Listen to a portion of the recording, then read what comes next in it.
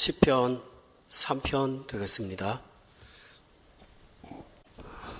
시편은 각 편이 분리되어 있는 듯 하지만 실제로는 대단히 중요한 구원의 순서로 연결되어 있어요. 우리가 1편을 돌아가서 보면 1편에서 복 있는 사람과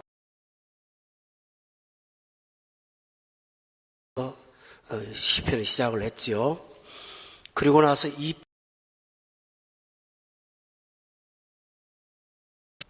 소개하는 것입니다. 특히 이 편의 특징은 악인이 집단화되고 구조화되었을 때 하나님을 대적하는 것이 그들의 최종 모습이라는 사실을 성경은 우리에게 보여주면서 악인이 어떤 존재인가 하면 하나님과 관련했을 때 하나님을 대적하는 것이 악인의 특징이라는 것을 우리가 지난 시간에 깨달았습니다.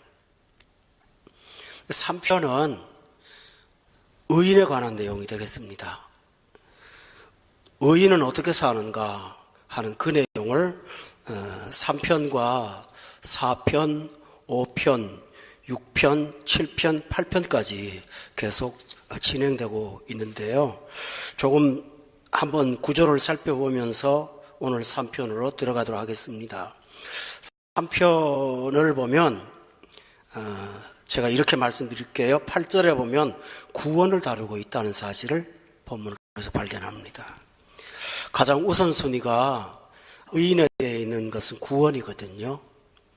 그 다음에 4편에 보면 구원받은 자에게 있는 은혜입니다. 7절에 핵심이 있는데 주께서 내 마음에 두신 기쁨, 이것이 의인의 특징입니다.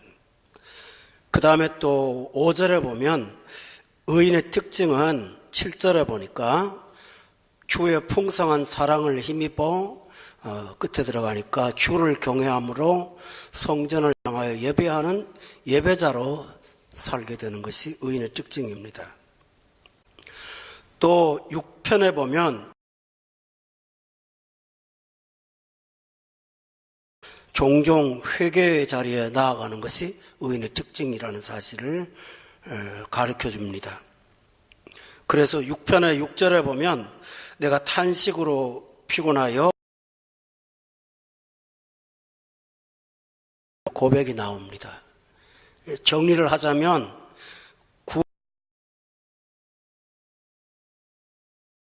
얻게 되고 그리고 그 은혜로 인해서 하나님을 예배하는 사람으로 살고 그리고 이 땅에 살면서 범죄할 때 십자가의 구원을 의지하고 회개하는 사람. 그 다음에 7편에 보면 이 7편은 찬양으로 나아가고 8편에 보면 이것은 온 세상의 피조 세계, 이 세계를 보면서 하나님을 찬양하는 것으로 연결되어 있습니다. 굉장히 중요한 믿음의 요소입니다. 오늘은 그 중에서 3편에 대한 내용을 살펴보겠습니다. 1절에 보면 의인이 사는 세상에 대한 특징이 등장합니다. 다 같이 읽어볼까요? 시작.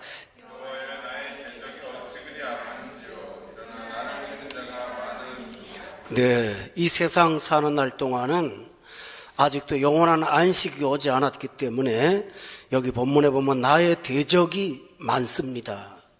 나를 치는 자가 많습니다. 라고 했습니다. 여러분, 의인이라도 에덴 동산에 사는 것이 아니고 악인과 의인이 섞여 사는 이 환난 많은 세상에 살기에 대적을 하는 사람도 있고 일어나서 치는 사람도 있습니다. 그러므로 이런 사실들을 기억한다면 우리는 이 세상의 영적 전쟁에서 이기고 일어서기 위해서는 언제나 성령 충만해야 한다는 사실입니다. 본문의 2절에 보면 그냥 치는 것이 아니고 많은 사람이 나를 대적하여 말하기를 그는 하나님께 구원을 받지 못한다 하나이다 라고 비난하고 있다는 사실입니다. 이 사실은 매우 중요한 내용을 말합니다. 1절은 나하고 상관없이 사람들이 나를 괴롭히는 것처럼 보이지만 2절에 보면 저 사람은 하나님께 구원받지 못한다 라는 말을 언급하므로 이 위기나 어려운 상황이 외부로부터만 오는 것이 아니고 다윗이 스스로 만든 죄의 결과라는 사실을 가르쳐 줍니다. 왜냐하면 그가 의롭지 않기 때문에 2절에서 사람들은 저 사람은 하나님께 구원을 받을 수가 없다고 그렇게 말하는 것입니다. 오늘 표제에 보면 다윗이 그 아들을 압살롬을 피할 때 지은 시라고 되어 있거든요. 이 사건에 대해서 여러분이 조금 알아야만 오늘 2절을 이해할 수가 있겠습니다. 다윗한테 암논이라는 아들이 하나 있었습니다. 압살롬하고는 어머니가 배다른 형입니다. 그런데 압살롬에게는 배가 같은 여동생 다말이 있었습니다. 그런데 암논이 다말을 좋지 않게 대해서 옳지 못한 일을 했습니다. 그 일을 듣고 분노한 압살롬이 형을 살해했습니다. 형제들 간에 살인이 일어났습니다. 그런데 다윗이 형을 죽인 이 아들을 어찌하지를 못했습니다. 그 이유는 그가 백주대낮에 다른 여성을 폭행했던 그 죄가 있기 때문에 죄인으로서 죄인의 아들을 어떻게 하지 못했던 것입니다. 또 하나는 압살롬의 사랑을 얻으려고 압살롬에게 비난하지 않고 소위 말하면 죄를 묻어둔 것입니다.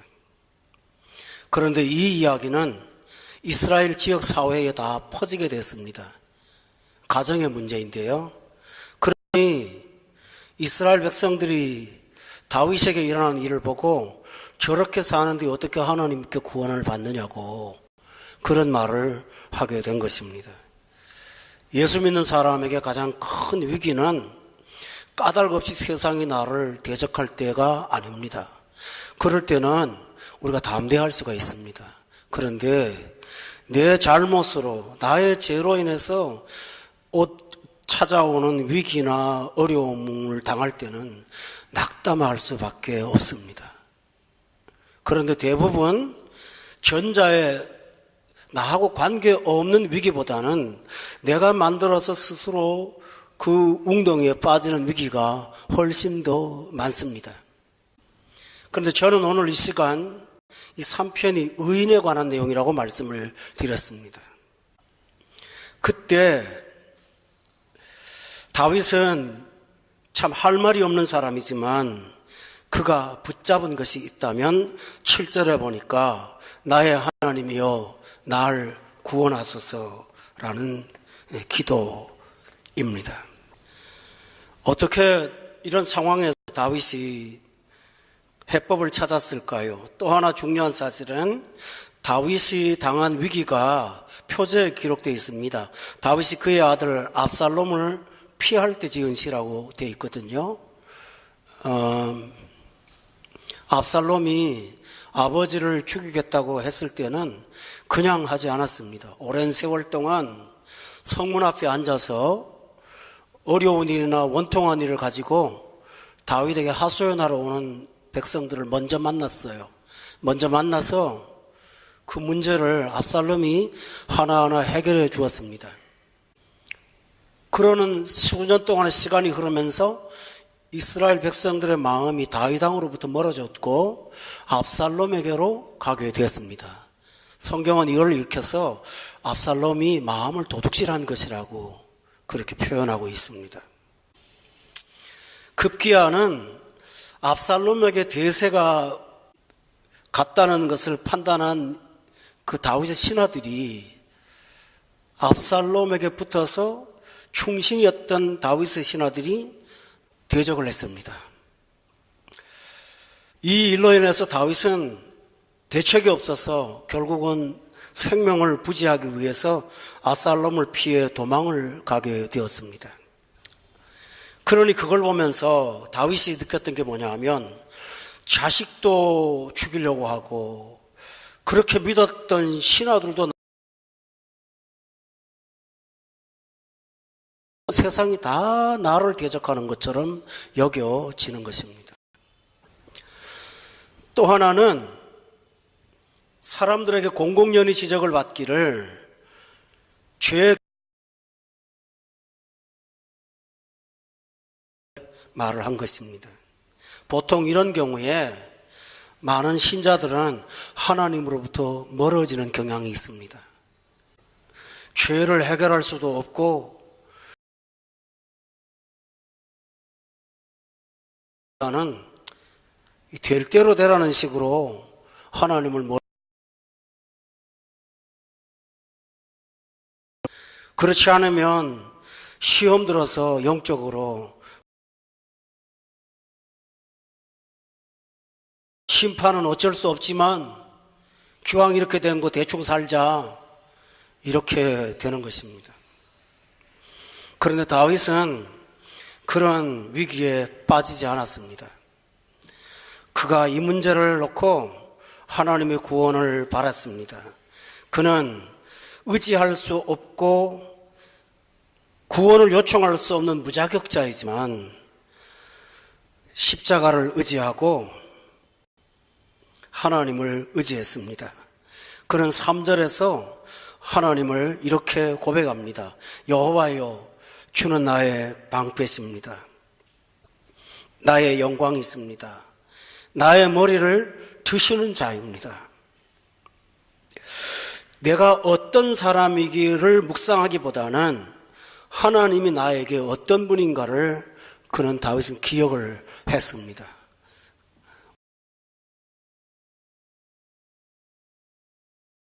환경을 보거나 타인을 보거나 자기 자신을 보면 낙담하게 됩니다.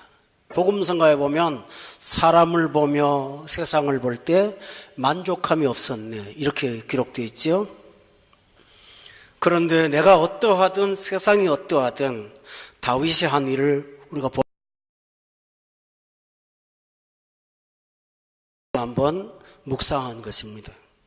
그는 여호와여 주는 나의 방패가 됐습니다. 하나님께서 내 모든 위험을 막아주시는 방패가 됐습니다. 라고 고백을 했습니다. 그리고 아들까지 나를 대적하지만 모욕을 받고 있지만 하나님께서 나의 영광을 회복시켜 주시는 분으로 나의 영광이라고 고백을 했습니다. 그래서 고개를 떨구고 살 수밖에 없는 나의 머리를 들게 하시는 분이라고 그는 고백했습니다. 이것이 굉장히 중요합니다. 이것은 다윗의 신앙 고백입니다마는 행동이 아닙니다마는 여러분이 평소에 하나님을 하나님으로 고백할 때 하나님께서 그 고백을 받으시고 기뻐하신다는 사실을 기억하시기 바랍니다. 그는 이렇게 말할 때 전제가 있습니다. 과거에 다윗을 향하여 사람들은 사울은 천천히요 다윗은 만만히로다 하면서 굉장히 다윗을 좋아했습니다. 그러나 대중의 환호가 한순간에 비난으로 바뀔 수 있다는 사실을 깨달았습니다. 압살롬이라는 아들의 사랑도 다 자기를 지켜주지 못한다는 사실을 깨달았습니다. 가족이라는 혈연도 내 삶의 안전을 보장하는 장치가 될 수 없다는 사실을 그가 깨달았습니다. 의인의 특징이 뭘까요? 악인은 어려움을 당하면 하나님으로부터 더 멀어지지만 의인은 어려움을 당하면 자기가 붙잡았던 잘못된 우상들을 보게 됩니다. 그러면서 이것이 문제였구나 하고 깨닫고 회복하고 돌아오게 됩니다. 할렐루야. 그래서 의인에게 일어나는 고난은 우리를 더 어렵게 만드는 것이 아니고 합력하여서 선을 이루시는 하나님의 은혜가 있습니다. 가장 중요한 사실은 우리가 믿을 것은 오직 여호와밖에 없다는 사실을 다시 한번 확인하게 하는 큰 은혜가 있습니다. 그리고 인생의 구원자는 하나님 한 분뿐이라는 신앙의 고백으로 나아갈 수가 있습니다. 여러분, 이렇게 할 때 구원의 문을 여는 열쇠를 갖게 됨을 믿으십시오. 이것이 하나님의 은혜입니다. 다시 말씀을 드리면 위기를 만날 때 이것저것 찾지 말고 하나님을 찾아가시기를 주의 이름으로 축원합니다. 하나님이 어떠한 분이신지를 묵상함으로 하나님을 찾아가는 것입니다. 두 번째로 그는 하나님이 어떤 분인지를 고백만 하는 것이 아니고 그는 하나님 앞에 기도했습니다. 4절에 보니까 내가 나의 목소리로 여호와께 부르짖는다. 이게 참 귀한 구절입니다. 여러분, 우리가 기도할 때 내가 나의 목소리로 기도한다고 느껴지십니까?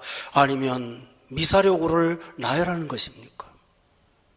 위기를 만나면 형식적인 기도에서 벗어나 내가 나의 기도를 하게 됩니다. 그러므로 의인에게 일어나는 어려움들은 우리를 영적으로 유익하게 할 수 있다는. 그리고 그는 여호와께 작은 목소리로 말하는 것이 아니라 부르짖었습니다. 위기는 우리의 삶을 부르짖는 기도의 자리로 나아가게 합니다. 그리고 이 기도는 4절에 보니까 그의 성산에서 응답하신다는 응답을 믿고 나가는 믿음의 기도로 나아갈 수가 있었습니다. 이것이 다윗이 위기 상황에서 위기를 극복하는 비결이었음을 기억한다면 여러분도 삶을 살 때 곤고하고 어려움을 당할 때마다 이 위기를 극복하는 다윗의 삶을 따르시기를 주의 이름으로 축원합니다. 그런데 이 다윗은 4절에 보면 응답하시는 도다라고 했고 5절에서 5절과 6절을 기도의 응답으로 소개하고 있습니다. 어떤 응답을 받았을까요? 첫째는 누워 자고 깨었습니다. 평안함을 하나님이 주셨습니다.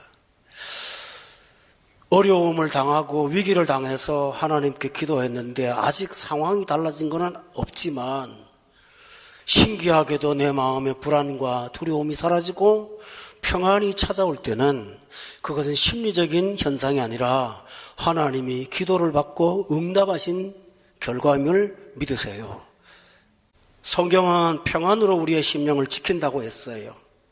그래서 다윗은 내가 이 어려움 속에서 전장터 피난처의 길바닥에서